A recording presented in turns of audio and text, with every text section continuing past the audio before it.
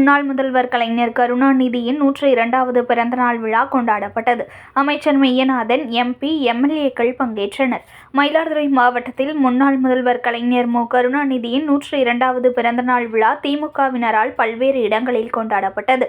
மயிலாடுதுறை அருகே பல்லவராயன்பேட்டையில் முன்னாள் முதல்வர் கலைஞரின் பிறந்தநாள் விழாவை முன்னிட்டு திமுக ஒன்றிய செயலாளர் இமயநாதன் ஏற்பாட்டில் நலத்திட்ட உதவிகள் வழங்கப்பட்டது. பூம்புகார் எம்எல்ஏ தலைமையில் நடைபெற்ற நிகழ்ச்சியில் பிற்படுத்தப்பட்டோர் நலத்துறை அமைச்சர் மெய்யநாதன் கலந்து கொண்டு கலைஞரின் உருவப்படத்திற்கு மலர் தூவி மரியாதை செய்தனர். தொடர்ந்து பொதுமக்களுக்கு தென்னங்கன்றுகளை அமைச்சர் மெய்யநாதன் வழங்கினார்.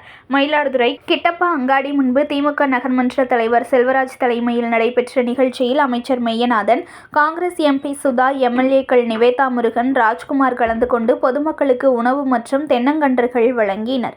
பொதுமக்கள் தென்னங்கன்றுகளை வாங்க போட்டி போட்டுக்கொண்டு முண்டியடித்து வாங்கிச் சென்றனர்.